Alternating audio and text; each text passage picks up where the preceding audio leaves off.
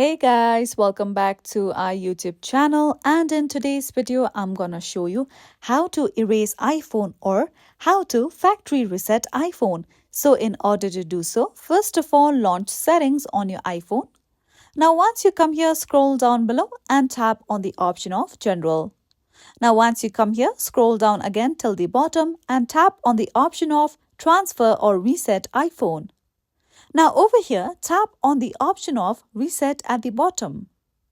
Now over here, you'll see various options like reset network settings, keyboard dictionary, home screen layout, and location and privacy. So if you want to factory reset your iPhone, you have to tap on reset all settings on top, which in turn will reset all these options listed here. So simply tap on reset all settings, and after that, you will be able to erase all data from your iPhone or factory reset your iPhone. So this is it for today's video, and at last, don't forget to subscribe to our YouTube channel.